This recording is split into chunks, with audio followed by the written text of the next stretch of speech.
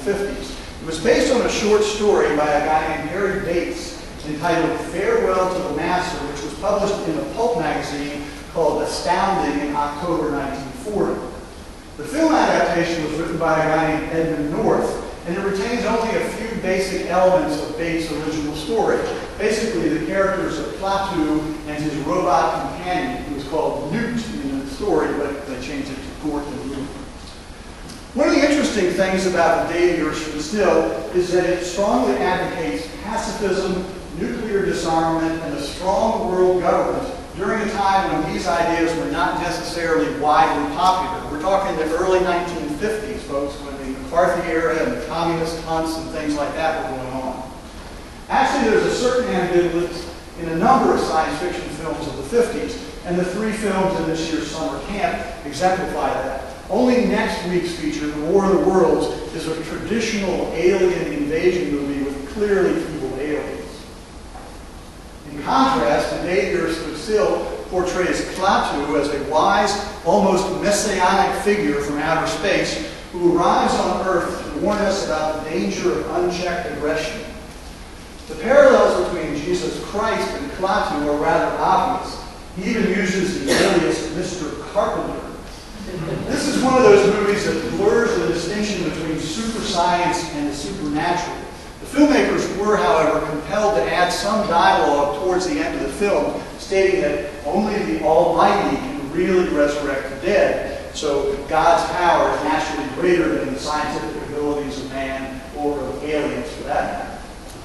Curiously, there was a film released a year after The Day the Earth Stood Still that also addressed the idea of God speaking to us from outer space. The film is called Red Planet Mars. It deals with a scientist who picks up radio transmissions from Mars which say their planet is a perfect place to live. In other words, it's sort of like heaven.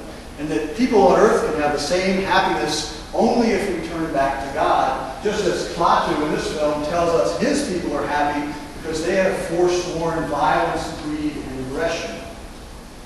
While Red Planet Mars more or less exhorts the people of Earth individually to follow the dictates of a divine being, The Day the Earth Stood Still focuses more on the concept of collective security. Klaatu, towards the end of the film, tells an assembled, quite multi-ethnic and multinational crowd that an intergalactic police force helps the universe live in peace, perhaps hinting that here on Earth the United Nations could serve the same purpose. Although in one scene the United Nations is dismissed as an effective venue because not every country in the world is represented.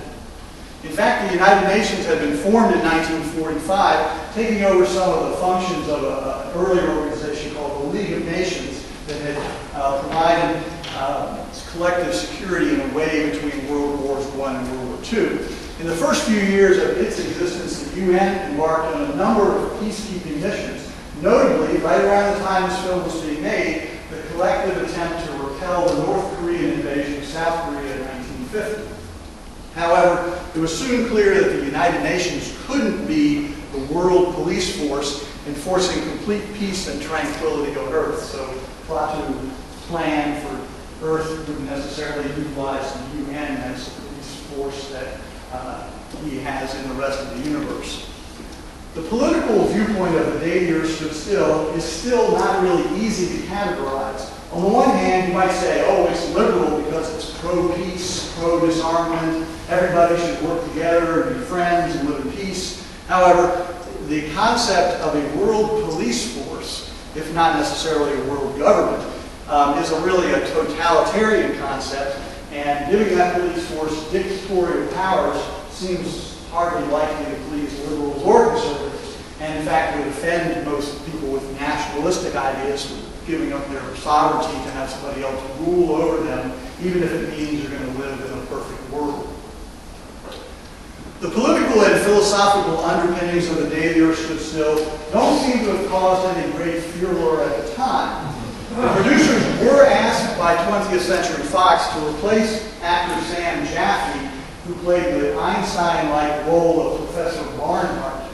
Jaffe was considered to have leftist political tendencies, and he had been effectively blacklisted, but studio head Darrell F. Zanuck gave in to the appeals of producers Julian Blaustein and director Robert Wise Jaffe remained in the movie. However, it was his last Hollywood film until the end of the decade. The Day the Earth Stood Still stars Michael Rennie, who had been in British films since the mid-1930s, but was still relatively unknown to American audiences. Producers felt that if they cast a name actor, somebody like Spencer Tracy was originally proposed for the role, he would carry too much personality baggage, whereas the tall, rather acidic-looking Rennie, who had a slight accent, he had the proper sort of otherworldly demeanor. Although Klaatu was his most famous role, Rennie managed to avoid being typecast, although at the very end of his career in 1969, he did portray an alien again, however an evil one this time, bent on conquering the world in his final screen appearance, a film variously entitled Assignment Terror, Dracula vs. Frankenstein, and The Monsters of Terror. Klaatu's platonic squeeze in The Day the Earth Stood Still was played by Patricia Neal, a relative newcomer who nevertheless had been elevated to leading lady status fairly quickly, opposite actors like John Wayne and Gary Cooper. For some reason, her screen career faltered after The Day the Earth Stood Still, and she spent most of the 1950s working on the stage and on television. Although in 1954 she did travel to England to appear in a low-budget movie entitled Stranger from Venus. In this film, a mysterious man appears on Earth to warn us that nuclear war is not only dangerous for our world, it could also affect the whole solar system, including his home planet, Venus. Completely different from Day the Earth Stood Still. Despite suffering a serious stroke in the mid-1960s, Neal returned to acting and actually made her last appearance in a television movie in 2009, and she died last August 2010. While we're on the subject, another British film influenced by The Day the Earth Stood Still was 1954's Devil Girl from Mars, the greatest film titles of all time. This movie is a gender-inverted version of the original. We have an evil female as opposed to a good male alien, accompanied by a robot, of course, who lands her flying saucer on Earth for nefarious reasons as opposed to good reasons.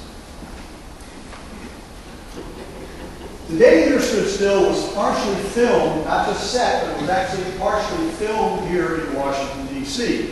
Although most of this was what they call second unit footage, which means they send a crew to take photographs and film things, but major stars didn't come to Washington, D.C. So if there were to be a scene where Michael Rennie's character would be getting on a bus, they would have a stand-in do it so that Michael Rennie could stay in California and wouldn't have to come here. Footage of the various Washington landmarks, the Lincoln Memorial, the Washington Monument, Union Station, you see there, is used as back projection in some scenes. So they have it projected on the screen and the actors walk in front of them and pretend they're actually there in the Lincoln Memorial. But it's always fun to watch movies that are shot in places either where you live or where you visit all the time and see things that you see every day immortalized in film. So it's kind of nice to see these particular things. The Day the Earth Stood Still wasn't a failure when it was first released, but it wasn't really a huge success either. However, as time went on, the movie became a cult favorite, so much so that everybody knows Klaatu Gort, and everybody knows the secret phrase, Klaatu Barada Nikto. As mentioned earlier, the film inspired some imitations in the 1950s, was even remade in 2008 with Keanu Reeves as Klaatu. The remake wasn't that popular in the United States, but it turned a profit apparently because international audiences just love Keanu Reeves. Anyway, it's about time for tonight's feature presentation. I hope to see you again next week for the War of the Worlds. Right now, it's just about time to watch The Day the Earth Stood Still. By the way, I will mention that on your way out of the Hirshhorn tonight, you can pick up a souvenir, if you like, of your own summer camp close encounter. Your very own flying saucers. As you go out of the building tonight, look around and you can get your very own flying saucer, your souvenir of Sauceriferous. So enjoy the movie and hope to see you next week.